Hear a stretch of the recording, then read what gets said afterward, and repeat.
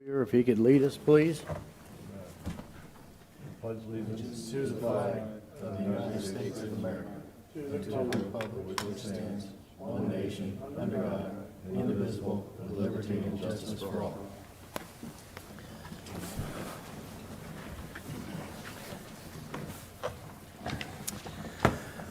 Okay, this is the Planning and Zoning Board. It's an advisory board which makes recommendations to the county commissioners who will make the final decision on these items. The item on today's agenda will be heard by the county commission on October 1st. When a motion ends in any kind of split vote, a roll call vote may be taken to ensure accuracy. As a reminder, each member who makes a motion or a second needs to turn their microphone on so that your voice is on record. Specifically determined by district which board members are eligible to vote. All right, we're going to need a motion for the approval of this LPA minutes from the July 6th meeting. I motion accept. I'll second that. A motion by Joe, a second by Pete. All those in favor say aye. Aye. Any opposed? That motion passed unanimously. All right. First item on the agenda. Thank you, Mr. Chairman. The first item is Carmen Francie requests a change of zoning classification from AU to EU. It's located in District 2. Staff has also prepared some public comments that's provided in your packets. Thank you. Okay. Now, I do notice there are some public comments, and I think a lot of these questions can be answered prior to everyone needing to speak. But is the applicant here? If you could come up, sir, and please state your name and address for the record. Michael McGuire, 330 North Babcock Street, Melbourne, Florida. All right, and if you could just kind of hit on what you're looking to do there. Yeah, it's about 6 acres of property that is split by North Courtney and is south of Currydale Lane. We had hopes of connecting onto Currydale Lane, but that seems highly unlikely now. The property is only 140 feet of frontage. For AU, you need 150 feet of frontage. We'd like to rezone it to EU. Okay. Now, you're going to have a couple issues there, but now as far as, I know there's some public comment. Is there anyone for this that's in the audience that would like to speak? So everyone's opposed. We have some of the comments up here, and I'm going to refer this back to Mr. Jeff Ball, that maybe he can address a lot of these items that's on there that's going to be covered during the site plan review. So if you could help us out, Mr. Ball, starting with the comment there from Daniel and Nancy.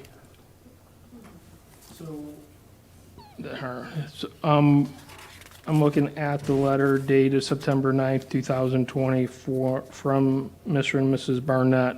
So the first item to install a swale or berm along the south property line to prevent any drainage or runoff. So anything to do with drainage or stormwater or retention or FFE, those questions or concerns will be addressed during the site plan process, which is through staff review. There's no public hearing for that. The second item will a fence or landscape berm for physical control with the development responsible for maintenance and perpetuity. Typically, between residential and residential, there is no requirement to have a visual buffer like that. That's up to the board to decide whether this case would warrant having such visual buffer. I think. So down the next bullet point, utilities. At this point, we don't know where utilities are going to be located.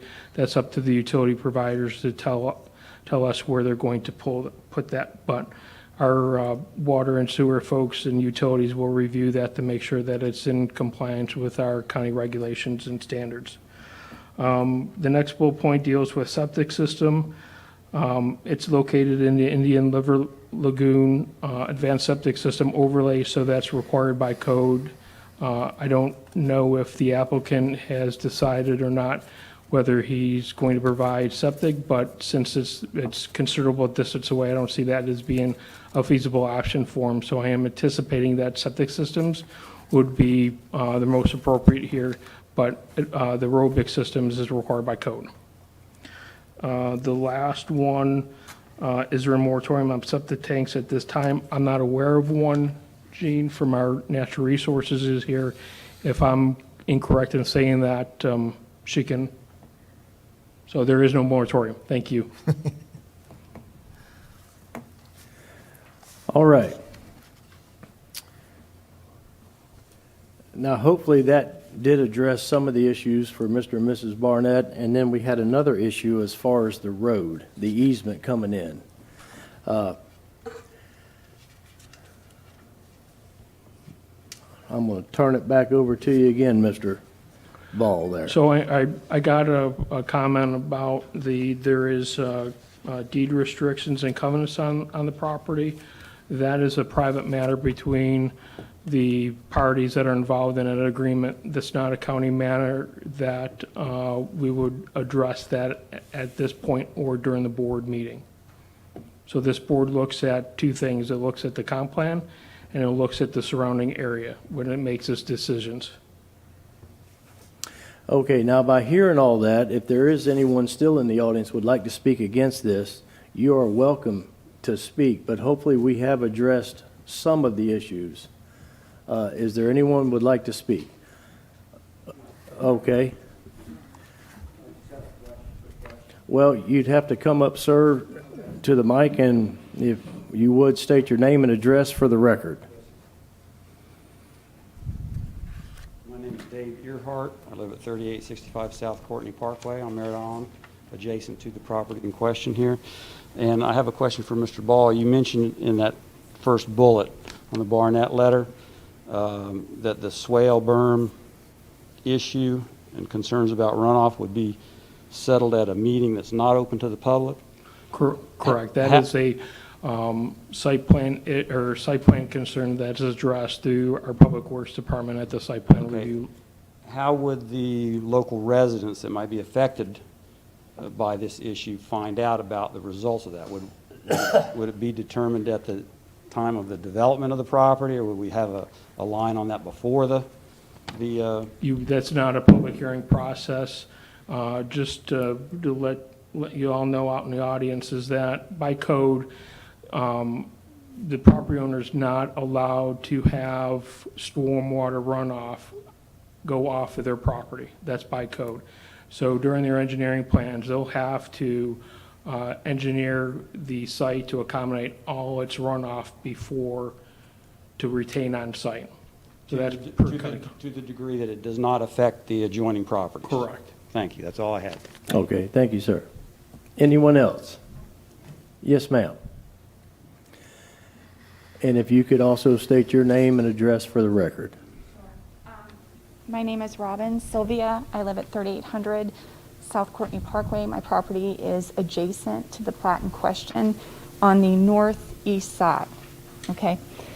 I am slightly concerned that we are speaking in terms of foregone inclusion, like about the approval, site plans, meetings in advance, like this, and our voices do not have an impact. So that's why I'm a little bit respectfully adamant about speaking today, because this is step one.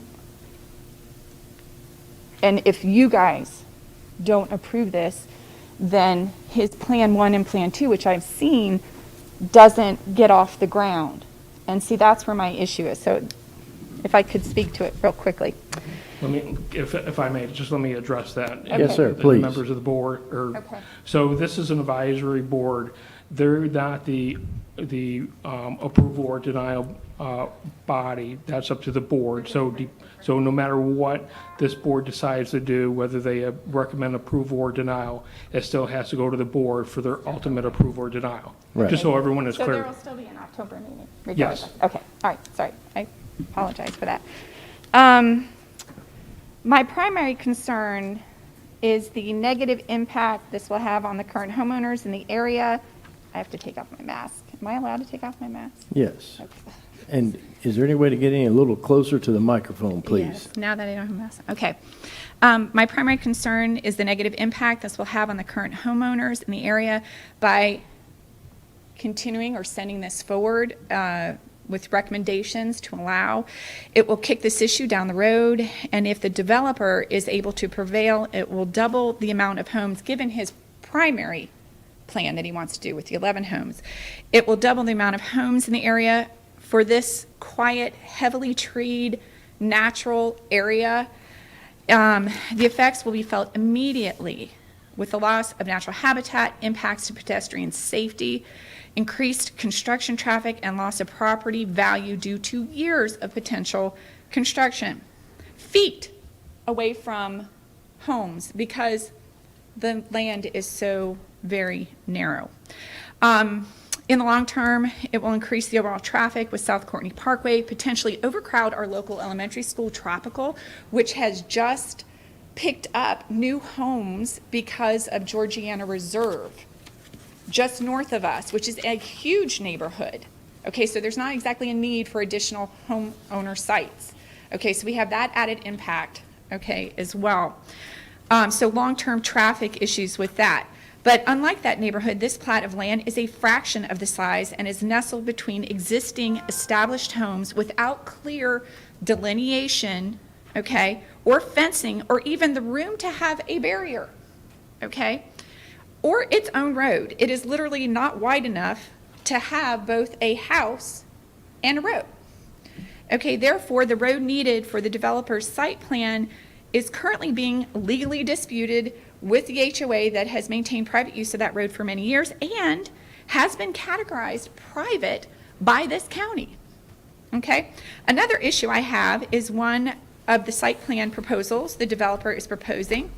Brevard County, it goes in direct contradiction to Brevard County's own ordinance. Okay, Section 62-3694 of permitted wetland uses deems that residential lands, okay, within a wetland has to be at least 5 acres, okay, if it was not subdivided prior to September 1988.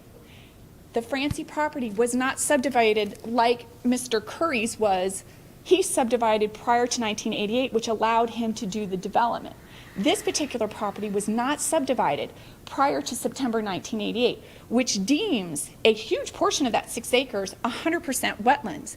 And what that does is if his Plan 2 is allowed to go forward, okay, it is not larger than 5 acres. Okay, it's 100% wetlands and not subdivided before your own ordinance date, which makes it unbuildable in the first place.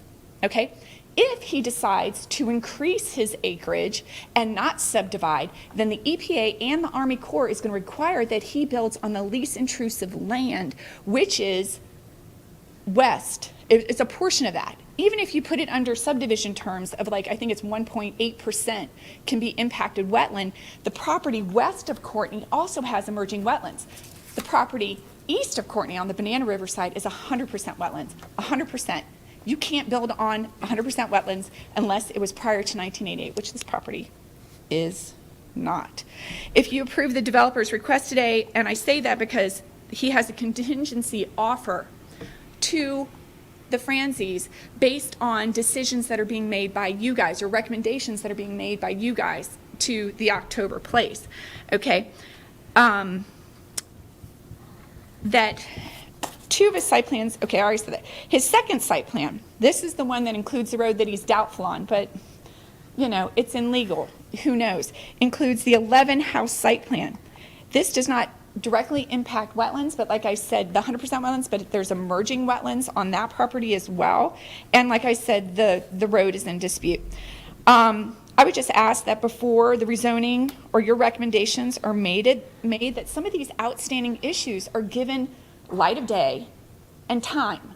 What traffic studies have been done? What impact to the school system has you guys done related to this property? Okay, because these are real issues. We pay taxes. We've lived there a long time, okay? And because the property owner and the developer, based on business goals, I'll put it that way, imagine feet from your house living under construction for years and years and years, impacts to the environment, okay? So that's what we're dealing with.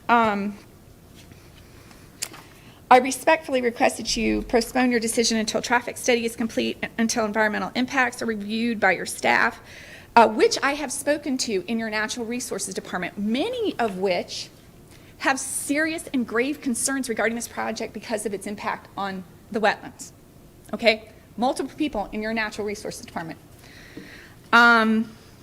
There is zero community support for this. Zero community support for this project. It is not needed. We have a brand new development happening just up the road. It is not wanted. Okay? And I would just respectfully ask that you don't go through the motions on this one. Thank you. Okay, thank you, ma'am. Anybody else would like to speak?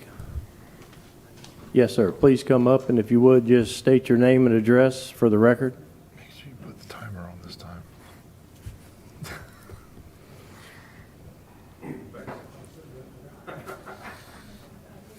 Thank you for that. Yeah, Bill Jefferson, 3750 South Tropical Trail. My property is directly adjacent what they're proposing to develop.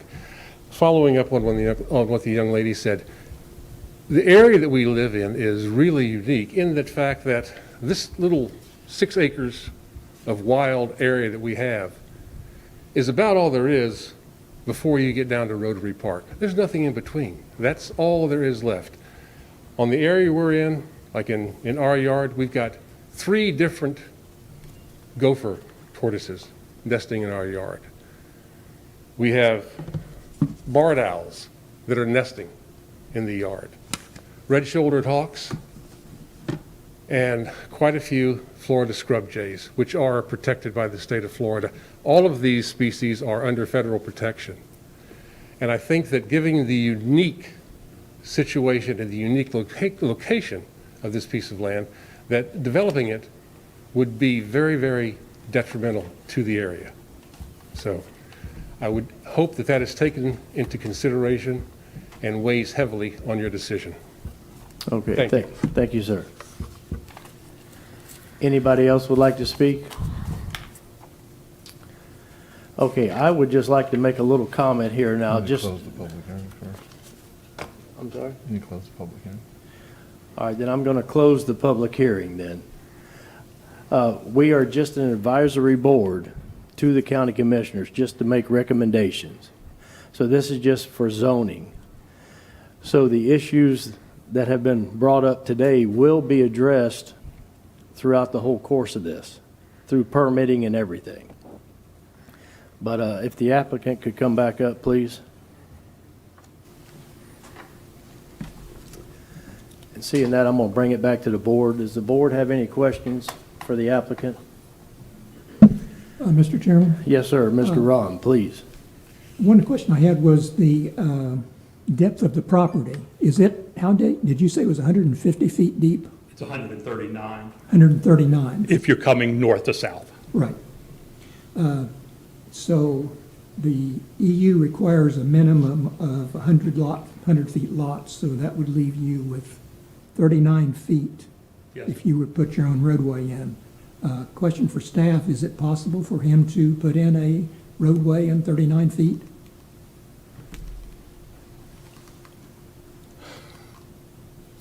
The road access is a separate issue that would be dealt with at the site plan.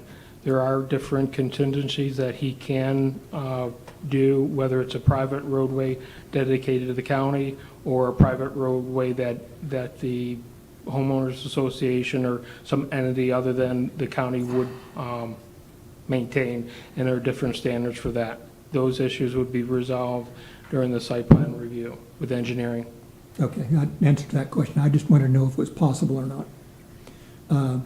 And the second question I had was on the property that's on the east side of the road, there's about 1.2 acres or so. How are you going to develop that? I've got a consultant right now that's been looking into whether or not it can be impacted at all. And if it can't, then probably we're going to permit a walkway to the river. Okay. That was what I was going to suggest, if you could put a park or a walkway or something like that, rather than actually develop it into it with houses. Okay? Those are my questions. All right, thank you, Ron. Anybody else at the board would have anything for the applicant? Yes, I recently visited this area, and I noticed that the utilities are underground on the east side of current Dow Lane, correct? Along Courtney, No, on Curry Dell Lane. Currydale, the power lines are exposed on the north No, side? Yes. no, they're underground. No. Well, what are the utility boxes there? Is that for water?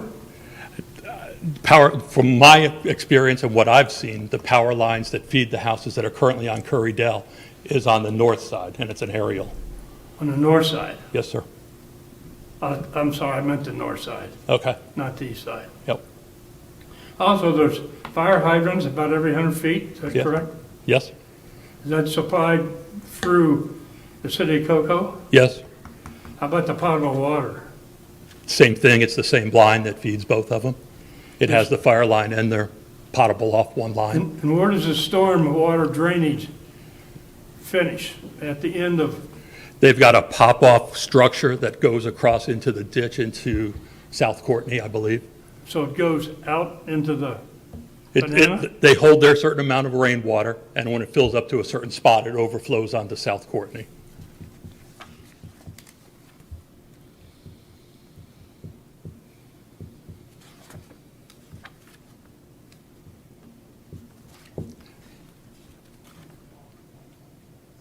I see it. Can I ask a question of staff? Yes, sir. Did we do a concurrency with Brevard County School Boards as far as tropical elementary? Yes, and the board members have had that information Yeah, provided it's in to our them. packet. We have it, And it's fine? yes. And also, was there a traffic for South Courtney?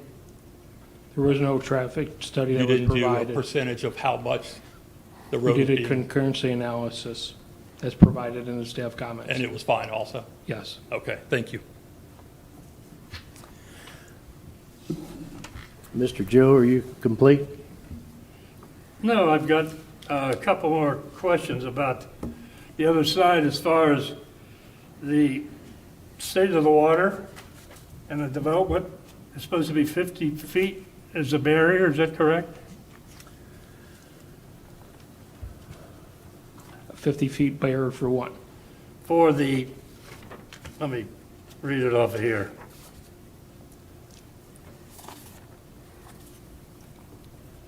That's the surface water. That. I'm gonna have, I'm sorry, this is, I'm gonna have Gene from Natural Resources come up and address that. That's a Natural Resources comment.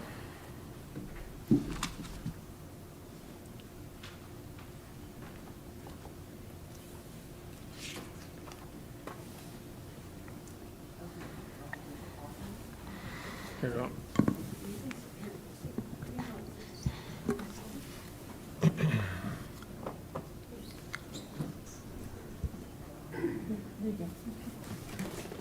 Okay, hi, I'm Jean with Natural Resources. And yes, there's a 50-foot surface water protection buffer, which just means they can't have a primary residence within that buffer. They can't do a primary residence within that buffer. They could do like accessory structures like a pool, but they would have to collect all their stormwater. So it's between Courtney and the Banana Yes, River? it's on the riverside, only that piece of property on the riverside. And does vegetation count in there as part of it? Yes, Okay. that's all natural vegetation. So any water runoff, any additional water is going to be collected in that area and buffered? Well, it would just be a natural buffer, but I think he's already said that he was not going to be putting anything over there. But if he did, yeah, it would have to, I'm not sure I understand your question, I'm sorry. Well, I was just trying to understand the 50-foot water surface protection buffer in itself. It's just, it's a buffer created that they can't develop in, a primary residence, I can't put a primary residence in that structure, in that area, and if they do, they have to capture, I mean, you can have an accessory structure like a pool, but any impervious area from an accessory structure that goes in that buffer, they have to capture the stormwater from a one-inch storm event, So this is all on the east side? all on the east side. Okay. That's all I've got to ask you. Okay. Anybody else on the board have any questions or anything for staff or the applicant? Mr. Chair, Yes, sir, Mr. Peak. question for the applicant.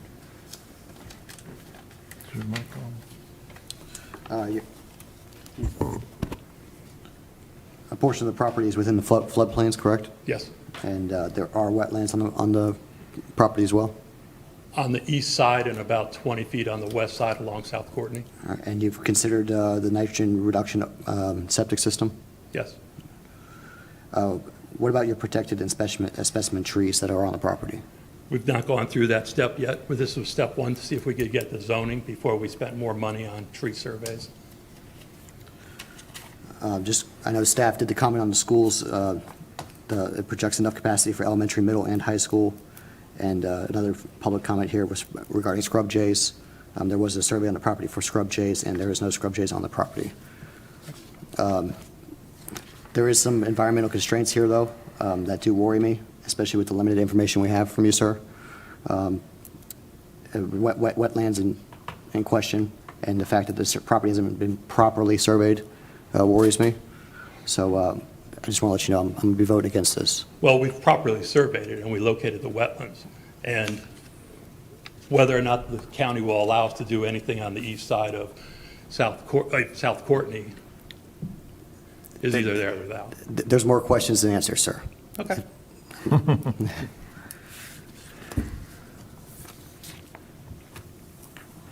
Anybody else? Please, Yes, sir. just a question. In your proposed lots, how big are the lot for one structure? If we're allowed to attach onto Curry Dell, they'd be 110 by 139. If we 110 by go the other way, we could possibly do a couple acre-and-a-half lots that just go east and west, or we could just sell off one parcel as one house. Okay, thank you.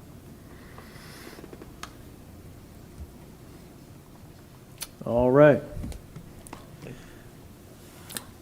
I bring it back to the board. Somebody got a motion? Got some, just before we make a motion, I do have some comments I'd like to All right. go through, because this is an interesting piece of property. It's got a lot of issues, and he's got a lot of hurdles he's going to have to overcome if he gets through this board. Excuse, sir, if you could come back to the I microphone. don't have any questions for him. Oh, okay. No, not at all. I'm sorry. So he's got, he's going to have to deal with the state, he's going to have to deal with all the county codes. Our regulations are all in place to address a lot of the concerns. Obviously, the county cannot mandate connecting his property to any other private properties. That's going to have to be up to the neighbors if they want to include him and give him access. The county doesn't have the right to do that. So I don't see that happening based on the audience right now, that's going to happen. So I don't know how this property is going to be developed because he's got a lot of issues he's got to get past. I do see that he is in the distance from the water that he would have to put in the improved storm septic system. So that's a requirement of code. So that's nothing we have to mandate here at the board level because that's something he's going to be required to do. He's met his school concurrency. The traffic is probably going to be minimum. And looking at it as a zoning issue, which is what we were supposed to look at it, this area is zoned EU as far as the eye can see. It's residential. It's EU to the north, to the south, pretty much for the entirety of this area. So I just wanted to make sure, I'm sure you're aware of that, you've seen it in your packet.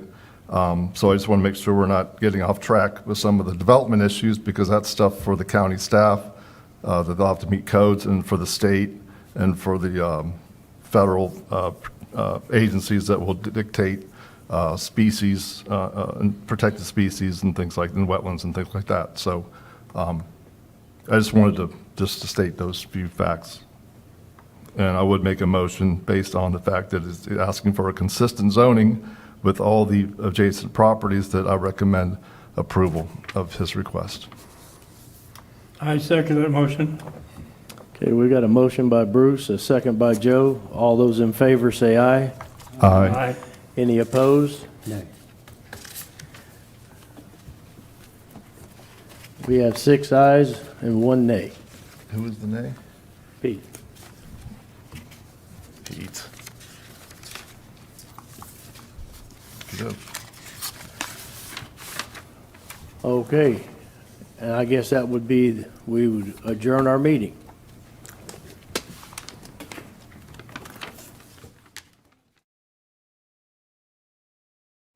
The opinions expressed by any member of the public during any period of public comment do not necessarily reflect the views or opinions of the Board of County Commissioners of Brevard County, Florida, Space Coast Government Television, or the program sponsor, and are solely those of the presenter. The Board of County Commissioners of Brevard County, Florida, Space Coast Government Television, and the program sponsor hereby expressly disclaim any and all responsibility or liability for any defamatory or slanderous statements expressed by any member of the public during any such period.